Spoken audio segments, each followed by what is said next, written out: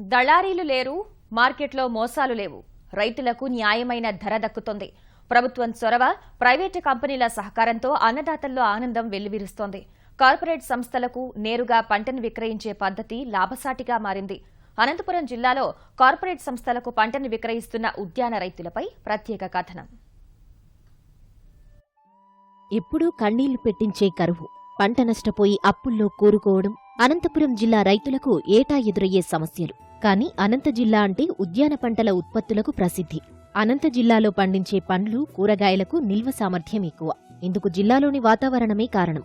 అనంత ఉద్యాన ఉత్పత్తులను ఇతర రాష్ట్రాలకు, దేశాలకు ఎగుమతి చేయించాలన్న ముఖ్యమంత్రి చంద్రబాబు సంకల్పం సత్ఫలితాల దిశగా సాగుతోంది.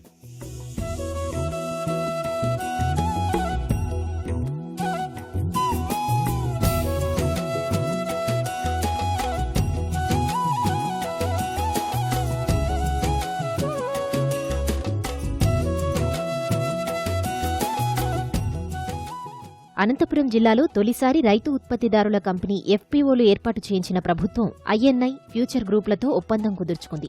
ఆయా సంస్థల ప్రతినిధులు ఏడాది కాలంగా అరటి, దానిమ్మ సాగు విధానాలపై రైతులకు అవగాహన కల్పించారు.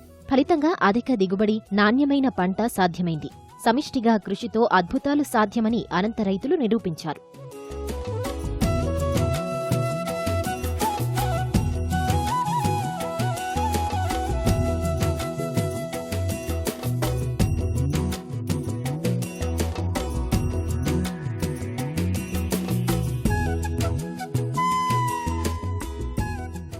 అనంతపురం జిల్లాలో అరటి, దానిమ్మ, టమోటా రైతులతో 23 ఎఫ్పీఓలను ఉద్యాన శాఖ ఏర్పాటు చేయించింది.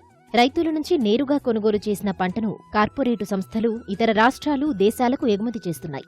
దాదాపుగా లోకల్ మార్కెట్లోనూ బెంగళూరు, అటు చెన్నై మార్కెట్ కంటే కూడా ఒక 10 రూపాయల దాకా కేజీ మీద, అంటే టన్ను మీద 10,000 దాకా కొంచెం ఎక్స్ట్రా అమౌంట్ కూడా ఇచ్చినారు మాకు. అది కాకుండా ట్రాన్స్పోర్టు, మేము మార్కెట్కి తీసుకుపోతే అక్కడ కమిషన్ అంట, ఇట్లాంటివి ట్రాన్స్పోర్టు, అక్కడ కూలీలు, ఇట్లాంటి ఎక్స్పెండిచర్ అంతా మాకు తగ్గింది. క్వాలిటీ విషయంలో వాళ్ళు తీసుకుంటున్న మెలకువలు అన్నీ పాటిస్తే కూడా మనదంతా కూడా ఎక్స్పోర్ట్ క్వాలిటీగా తయారు చేసుకోవడానికి వీళ్ళు ఇచ్చే టెక్నాలజీ మనకు బాగా ఉపయోగపడింది సార్. దానివల్ల కూడా మేమంతా, అంటే రైతులుగా నేను చాలా గర్వపడుతున్నా. గవర్నమెంట్ కూడా, హార్టికల్చర్ డిపార్ట్మెంట్కి, గవర్నమెంట్కి కూడా మేము ఎంతో రుణపడి ఉన్నాం ఈ విషయంలో. ఖర్చు తగ్గించడం, రైతులకి ఉత్పత్తి పెంచడము, తర్వాత ధర పెరిగేలాగా చూడడము. కొంచెం పెరుగుతాం సార్. మరి ట్రెమెండస్ చేంజ్ అని కాదు, కానీ కొంచెం మన పర్వాలేదు సార్. దీనికంటే ఒక 10% ఎక్స్ట్రాగా వస్తుంది. రైతులు మోసపోకుండా అట్లా వస్తుంది అనమాట. ఒకేసారి కాదు, కానీ వీళ్ళందరూ రైతులంతా యూనియన్గా ఉంటే ఫ్యూచర్లో బాగా ఖర్చు తగ్గించుకుని అభివృద్ధిలోకి వచ్చేదానికి, ఆదాయం పెంచుకోవడానికి అవసరం ఉంటుంది. ఎఫ్పీఓల ద్వారా అన్నదాతకు మేలు జరుగుతోందని గుర్తించిన సీఎం చంద్రబాబు అన్ని పంటలకు రైతుల వారీగా సంఘాలు ఏర్పాటు చేయాలని అధికారులను ఆదేశించారు. ఆ దిశగా చర్యలు తీసుకుంటామని అధికారులు చెబుతున్నారు. Agriculture is a long-term process. It does not happen overnight. So we are very positive that things, whatever small work we have done so far, that has been good.